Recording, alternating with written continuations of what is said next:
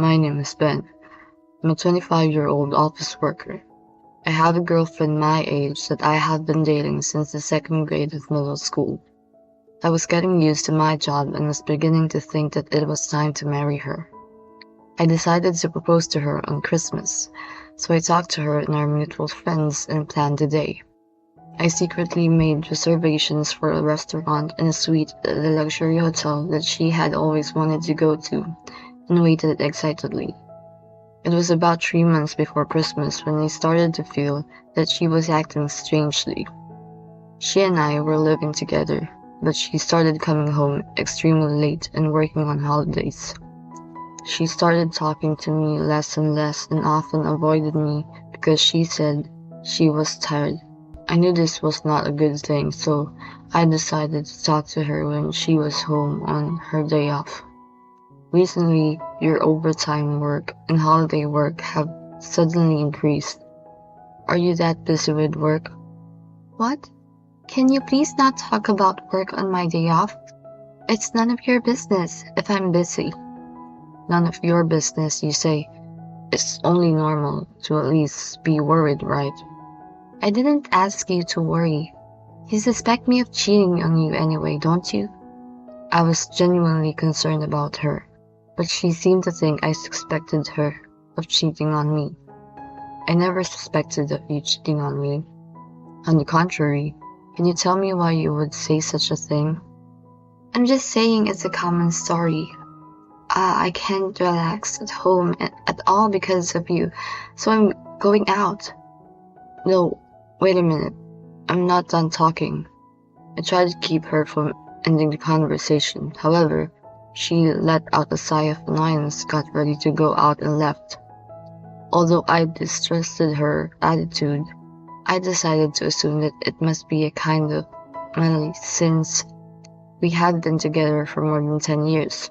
Her behavior did not improve after that. In fact, she started going home in the morning instead of coming home late at night. I had a lot of work to do toward the end of the year, and time passed without any improvement in our relationship. Although I had my own unexplainable insecurities, I believed that we would be able to return to our former relationship after I proposed to her on Christmas Day. A few days later, it was finally the day before the proposal. The world was a state of excitement because it was Christmas Eve. I was filled with nervousness and excitement thinking about the proposal tomorrow. I went home after work and waited for her to return. She had informed me that she would be home on time today, so I bought some audible and a cake at the department store and set the table. After a while, she came home at an unbelievably early hour. Welcome home. I bought a bunch of stuff at the department store. I see. I'd like to talk to you about something. I spoke to her in a cheerful voice as if to dispel the bad atmosphere that had been prevailing between her and me recently. But she didn't even take a glance at me and said she needed to talk to me. I could tell from her mood that it wasn't a very good talk. What do you mean? Let's talk over dinner. No, I don't want dinner. I'm going out after anyways. What do you mean going out? Since it's Christmas Eve, why don't we spend it together? Oh, come on. That's so depressing. I'm sick and tired of it, Ben. She scratched her head and said in frustration, Isn't it too much to be depressed or fed up? You've been acting funny lately to begin with, you know that. If there's something wrong with you, talk to me. That's why. I'm going to tell you now, so shut up and listen. I have found someone I like. That's why I'm breaking up with you. She gives me a half smile as if she's stirring me up. I was at a loss for words as I was confronted with the fact that I have been pretending not to notice until now. Why don't you say something? It's not like we were engaged, so I'm not going to pay you alimony. You said you had found someone you liked. That means you were cheating on me, right? Yes, it's that bad. My relationship with you has been in a rut lately anyway. Unlike you, my new boyfriend is good-looking and well-paid. I knew you were cheating when you've been coming home late and working on your days off for the past 3 months. You didn't notice at all, so it was a piece of cake. I am pregnant with this child, so can't you just break up with me and stop talking about it? She seemed to have completely opened up and blurted out her betrayal with a weary smile on her face. Why didn't you break up with me when you found someone else? There was no particular reason. It was just a hassle. Oh, stop whining and being such a wimp. That part of you really gets on my nerves. I was incredibly damaged by what she said to me. I was speechless and she started to pack up her things. As I stared in amazement at her packing her clothes and valuables into her bag, I finally realized that I was done with her. All right, I understand. Let's break up. I understand that it's pointless to keep you here.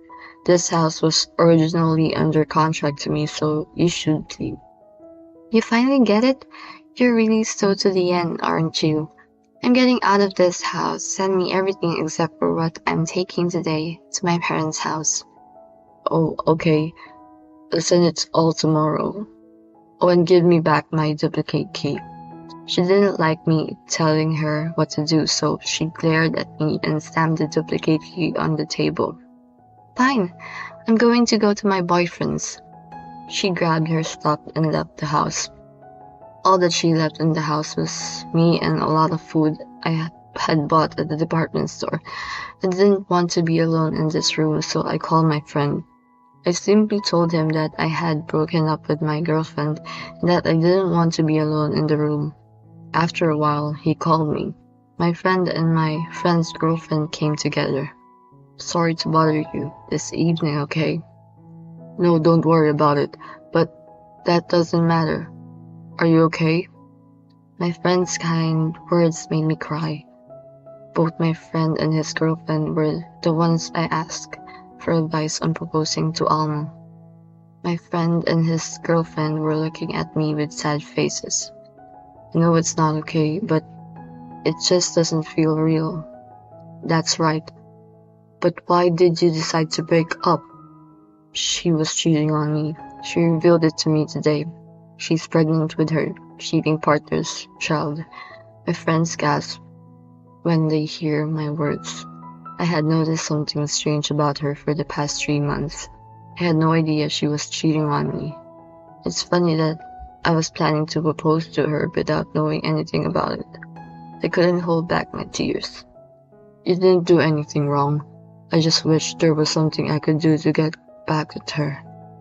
You were not engaged, so you can't get alimony or anything. If the cheating partner was married or something, I'd tell his wife about it. Ben, do you know anything about the cheating partner?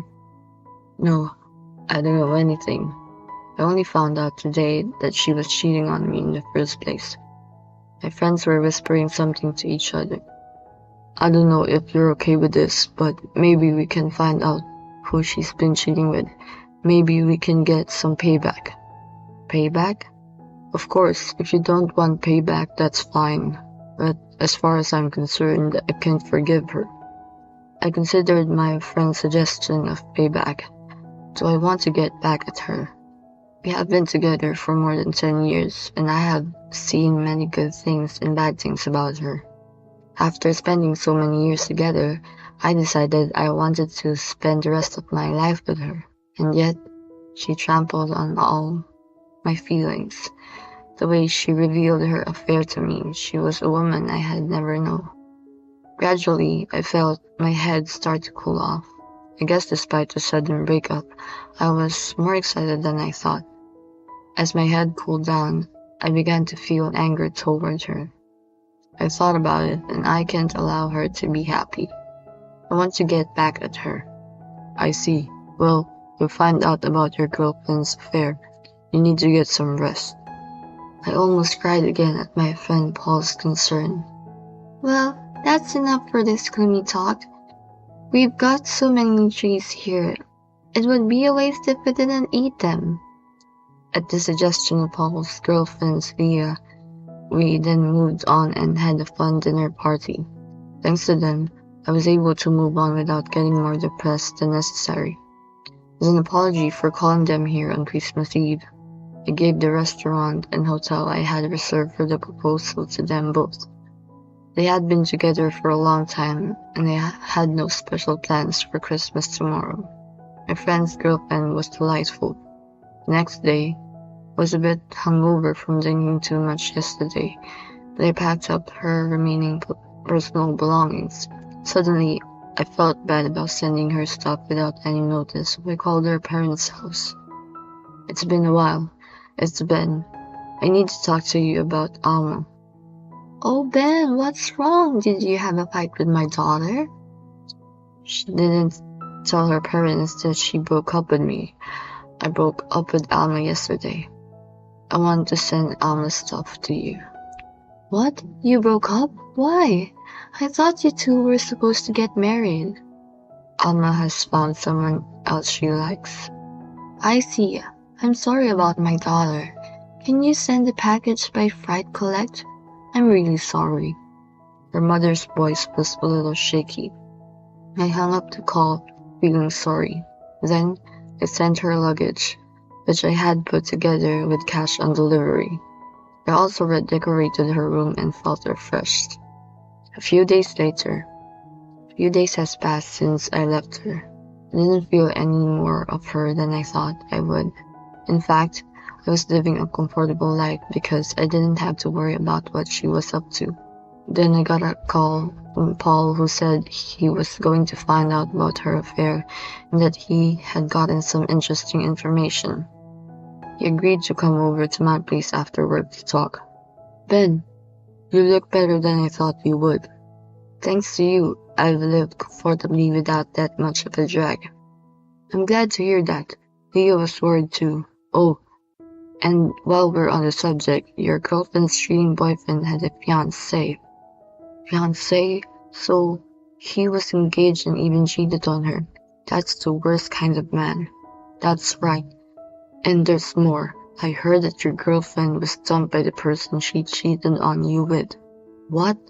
But she's pregnant by the guy she cheated on me with. The fiancé of the cheating partner was the daughter of the president of the company, and from the point of view of the cheating partner, his true goal was his fiancé. So she kicked him out without question when he came to her house asking her to marry him because he had a baby on Christmas Eve. I didn't lose my anger toward Alma or stop getting back at her, but I still felt a little sorry for her. After all, she had been tossed around and dumped too. It seems like a hell of a mess, but how did you figure that out? No, I didn't really look into it. Got a call from my girlfriend at my friend's girlfriend's place. He took away her house key, and so she couldn't go home, and she can't go back to her parents' house because she lied to them. What are you making it sound like it's my fault? Well, I don't have anything to hide, so I don't care. Oh, don't worry about it, 'cause we're spreading the truth. I thank God I had a real good friend. She seemed to be having a bad enough time just for what my friend told me, so I decided to hold off on taking any action from our side for the time being. After that, I heard a little more about the location from my friend, and then we split up. Few days after my friend told me about her and the cheating boyfriend, came home to find her inside the house for some reason. Ben, welcome home. Thanks for working hard. Dinner is ready. There she was, the sweet, gentle woman she had been when we first moved in together. But I couldn't help but be creeped out by her appearance. Why are you here? How did you get inside my house? What's wrong? You look so scared. Oh yeah, you have to lock the balcony window properly, you know. Her statement gave me a hunch. She had broken into the house from the balcony. When we lived together, the neighbors and she seemed to be very close. So she must have entered the house through the balcony from next door, saying she had lost the key or something like that. You're trespassing. If you don't want me to call the police, get the hell out of my house. Why would you say that? I'm your future wife, aren't I? I don't understand what you're talking about. Just get the hell out of here. What? Are you still mad at me about the other day? It was just a small quarrel. Let's make up. I could only see her as an outsider in front of me. I was fed up with her acting as if what she had said to me the other day had never happened, and her insistence that we make up. I think it's too much to let you come back to me just because you were dumped by the person you cheated on me with. I will never forgive you, and I have no intention of getting back together with you. Why? You even made plans to propose to me, didn't you? Because I know. The woman I wanted to marry was gone the day we broke up. I had nothing more to say to you. I will either call the police or you can leave on your own. I don't want to. What am I going to do if even you dump me? I'll do anything. Please, let's start over. I decided to call the police because we were not getting anywhere talking like this. I took out my phone and tried to call, but she must have realized how serious I was, because she rushed out of the house. After watching her walk away from my apartment, I visited my neighbor. As expected, she said she had lost her keys and had broken into the home through the balcony from next door. I told the neighbor that I had already broken up with her and that things were a bit complicated and I didn't want to get involved. The neighbor seemed to have only helped her out of the goodness of his heart and promised not to do anything like that again in the future. After that, I had laid the groundwork with a neighbor. I called her parents' house. I'm sorry to contact you on such short notice. I need to talk to you urgently about Alma. Oh, Ben, did my daughter do something again? Alma was trespassing on my house through the neighbor's balcony today. I tried to call the police, but she ran away. She did what? That girl is out of her mind. The other day I received the consent certified mail. It's a demand for alimony. Oh, I was told that the person she cheated with has a fiancé. If the fiancé is asking for alimony, he must have been officially engaged, so she'd better straighten up and pay the alimony. After I heard from you, I disowned my daughter. That's why I couldn't get in touch with her at all. Anyway, I'm sorry for all the trouble she's caused you. If she still bugs you, you can call the police without mercy. Her mother sounded so tired that I could tell just by her voice, but it was none of my business, so I just told her what I had to and hung up. A few months later, recently I heard about what happened between her and her affair partner. For the sake of clarity, I will refer to Alma's cheating partner as Fred and his fiancée as Jolene. First of all, Alma and Fred got married at Jolene's request. After the child was born, a DNA test was conducted to be sure, but it was confirmed to be Fred's. Both Alma and Fred had been demanded a considerable amount of alimony from Jolene, but neither of them was able to pay. So now, the couple is working day and night at a factory owned by Jolene's family and collecting all but the minimum necessary money as alimony payments. For now, neither Alma nor Fred are running to other men and women, but their relationship is troubled and they fight daily.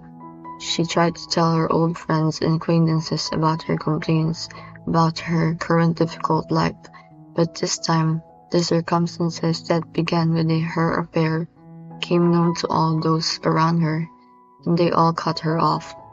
I also received an email from Alma complaining about her marriage to Fred and demanding that we get back together, but I did not reply to it and blocked the address. Jolene contacted me directly only once. Jolene apologized for what Fred had done, even though it was not her fault, and gave me an explanation of how Alma and Fred would be treated in the future. Alma and Fred are now paying the alimony for the broken engagement and the affair.